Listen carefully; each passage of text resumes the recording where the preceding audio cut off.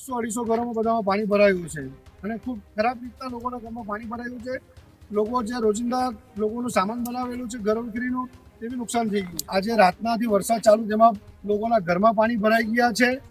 ગટરોની જે pre monsoon કામગીરી થવી જોઈએ તેમાં નગરપાલિકા નિષ્ફળ ગઈ છે કે જે બેવા બાયો છે જે લોકોના ઘરે કોઈ સહારો નહીં મળે એ લોકોને તો કોણ કરવા જશે. વલસાડ જિલ્લામાં અધિકારીશ્રીઓને તકેદારીના પગલાં લેવા માટે જે રોડ રસ્તા ઓવરટેપિંગ થાય તેમજ કોઝવેમાં પાણી ભરાય એવા વિસ્તારમાં સાવચેતીના પગલાં રૂપે બેરિકેડ મૂકવા તેમજ પોલીસ કર્મીને હાજર રહેવા સૂચના આપી દેવામાં આવેલ છે. 6 થી 10 દરમિયાન જે ભારે વરસાદ પડ્યો, ખાસ કરીને વલસાડ શહેરમાં 175 mm વરસાદ પડ્યો, જેને લીધે સ્થાનિક વિસ્તારમાં સોસાયટીઓમાં એમાં પાણી ભરાવાના મેસેજ આવેલા અત્રેના કંટ્રોલ રૂમમાં સંબંધિત અધિકારીશ્રીઓને પાણીના નિકાલ માટે સૂચના આપી દેવામાં આવેલ છે. ડીઈઓ શ્રી વલસાડ દ્વારા ધરમપુર, કપરાડા અને વલસાડની સ્કૂલોમાં એક આજના દિવસની રજા જાહેર કરવામાં આવેલ છે. ભારે વરસાદને ધ્યાનમાં રાખીને એનડીઆરએફની એક ટીમ વલસાડ ખાતે રિપોર્ટ કરવામાં આવેલ છે અને એસડીઆરએફની એક ટીમ વાપી રિપોર્ટ કરવામાં આવેલ છે.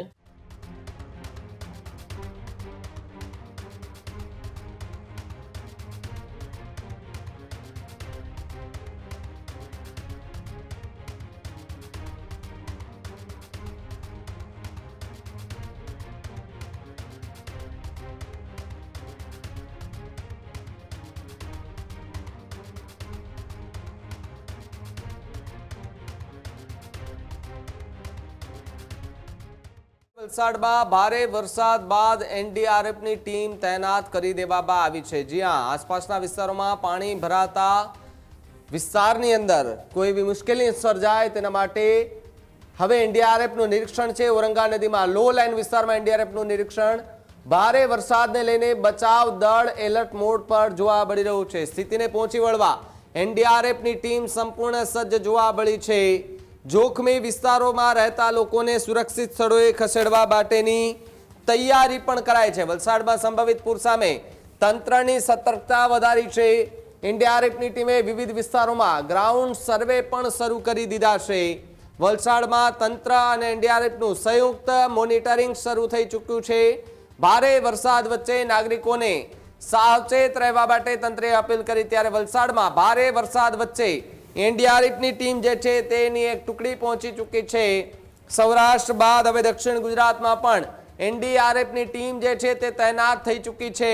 એનડીઆરએફની ટીમ તૈનાત થતા જે સ્થાનિકો છે તેમાં એક રાહતનો શ્વાસ પણ અત્યારે જોવા મળી રહ્યો છે. કોઈ વધારે પાણીનો ભરાવ થશે તો એનડીઆરએફની ટીમ એ તાત્કાલિક વિસ્તારમાં પહોંચી જશે અને ત્યાં બચાવ કામગીરી જે છે તે હાથ પણ ધરશે.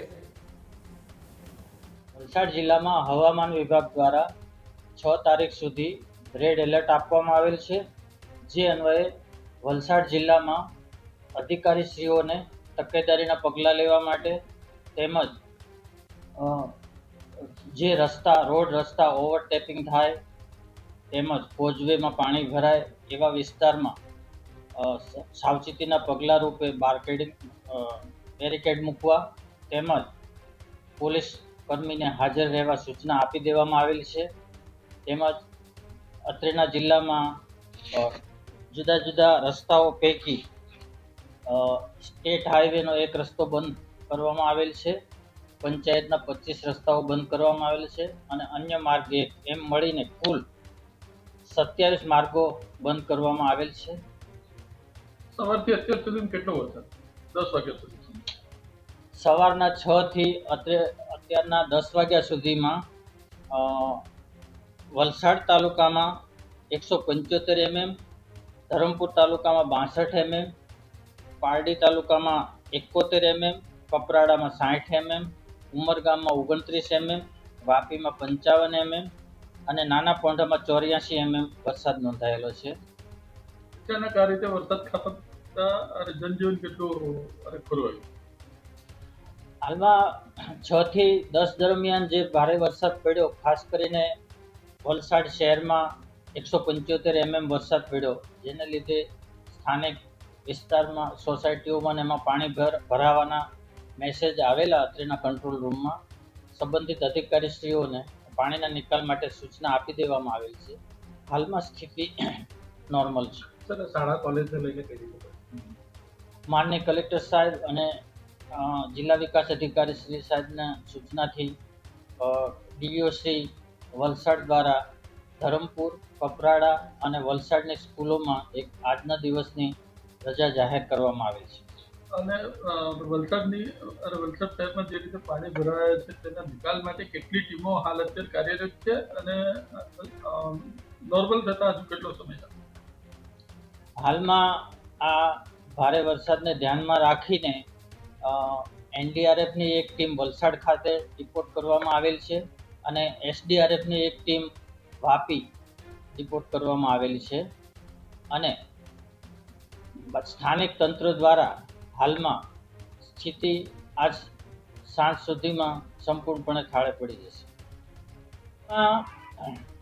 વલસાડ જિલ્લામાં નુકસાની માટે જુદા જુદા વિભાગો પાસેથી આંકડા મંગાવી રહ્યા છીએ. તેમજ ગઈકાલે રાત્રે સાંજના એક પશુ મૃત્યુ થયેલ છે ઉમરગામના પડગામ ખાતે. વલસાડની અંદર ધોધમાર વરસાદ વરસી રહ્યો છે.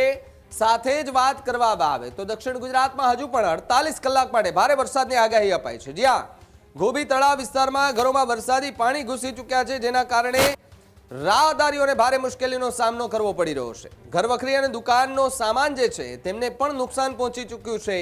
ભારે વરસાદથી વલસાડનું જનજીવન આખરે પ્રભાવિત થયું છે. પ્રી મોન્સૂનની કામગીરી પર સ્થાનિકોએ ગંભીર સવાલો ઉઠાવ્યા. ઘરો અને દુકાનોમાં પાણી ભરાતા લોકોમાં ભારે રોષ વ્યાપી ઉઠ્યો છે. આ તરફ વલસાડમાં વરસાદે તંત્રની તૈયારીની પોલ ખોલી. વરસાદી પાણીમાં ભરાવાથી સ્થાનિકોની મુશ્કેલીમાં પણ જે છે તે ક્યાંક વધારો થતો જોવા મળી રહ્યો છે. ત્યારે વલસાડમાં ધોધમાર વરસાદથી અનેક વિસ્તારોમાં જળબંબાકાર જેવી સ્થિતિનું નિર્માણ થયું છે. હજુ વરસાદ ચાલુ થયો ને ચોથો થી પાંચમો દિવસ કહેવામાં આવે છે, જેમાં વલસાડ નગરપાલિકાનો વિસ્તાર છે ધોબી તળાવ, જેમાં આજે રાતનાથી વરસાદ ચાલુ, જેમાં લોકોના ઘરમાં પાણી ભરાઈ ગયા છે. ગટરોની જે પ્રી મોન્સૂન કામગીરી થવી જોઈએ તેમાં નગરપાલિકા નિષ્ફળ ગઈ છે. આજે તમે જો ધોબી તળાવમાં ઠેર ઠેર લોકોના ઘરે પાણી ભરાઈ ગયા છે, લોકોનું અનાજ ડૂબી ગયું છે, ઘર વિક્રીનું સામાનનું નુકસાન થયું છે. આનું જવાબદાર કોણ અને આનું ભરપાઈ કોણ કરશે? તમને હું લાઈવ દેખાડું છું કે જે બેવા બાયો છે, જે લોકોના ઘરે કોઈ સહારો નહીં મળે, એ લોકોને ત્યાં કોણ કરવા જશે? કેમ કે એકલા ઘરે હોય છે, રાશન ને બધું અનાજ એ લોકોને ત્યાં ડૂબી ગયું છે. આ તમે લોકોને જોવો અહીંયા એકદમ જાહેર રોડ છે, ત્યાં પાણી ખૂબ ભરાઈ ગયું છે. અહીંયા તો અંદરની હાલત તો હજુ ખરાબ છે. કેટલા કલાકથી અહીંયા પાણી ભરાયું છે? આ રાતના 2 વાગ્યાથી ચાલુ છે વરસાદ, 2 થી 3 વાગ્યાથી ચાલુ છે અને ખૂબ અહીંયા 5 વાગ્યા પછી વધારે પડ્યો અને તેમાં 5 વાગ્યા પછી ખૂબ વરસાદ થયું છે. એમાં લોકોના ઘરમાં પાણી ભરાઈ ગયું છે. હજુ સુધી કોઈ આવ્યું છે? હાલ કોઈ આવ્યું નથી. આ અંગે તમે જાણ કરી છે કોઈ? નગરપાલિકાને ફોન કર્યો છે પણ કોઈ ફોન લાગ્યો નથી.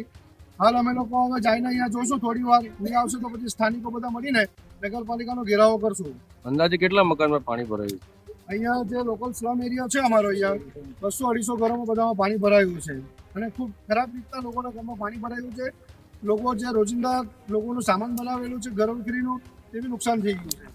ખેડૂત ભાઈઓ છે ખેતરમાં ડ્રોન ઉડાવતા હોય છે ત્યારે આપણે એક પ્રશ્ન સતાવતો હોય છે કે જે આપણે અત્યાર સુધી જીપીએસ ટેકનોલોજીવાળા ડ્રોન વાપર્યા છે, જેથી કરીને મોબાઈલ ટાવર છે અથવા તો હાઈ ટેન્શન લાઇન પસાર થતી હોય, કોઈ વૃક્ષો હોય, ત્યારે જે જીપીએસ ટેકનોલોજીવાળા ડ્રોન છે એમાં ટકરાય અને ટ્રેસ થાય છે. પણ એગ્રીઓન લાવ્યું છે GNSS ટેકનોલોજી ડ્રોન, જેથી કરીને એ ડ્રોન છે એ કોઈ જગ્યાએ ટકરાય નહીં, પોતાની રીતે જ ડિસિઝન લે છે અને મૂવ થઈ જાય છે. જેથી કરીને GNSS ટેકનોલોજી ડ્રોન છે એ વાપરવાનો આગ્રહ રાખો. હજુ સુધી તમે અમારી ચેનલને સબસ્ક્રાઇબ નથી કરી તો અત્યારે જ ન્યૂઝરૂમ ગુજરાતને સબસ્ક્રાઇબ કરો, ફેસબુક અને ઇન્સ્ટાગ્રામ પર ફોલો કરો.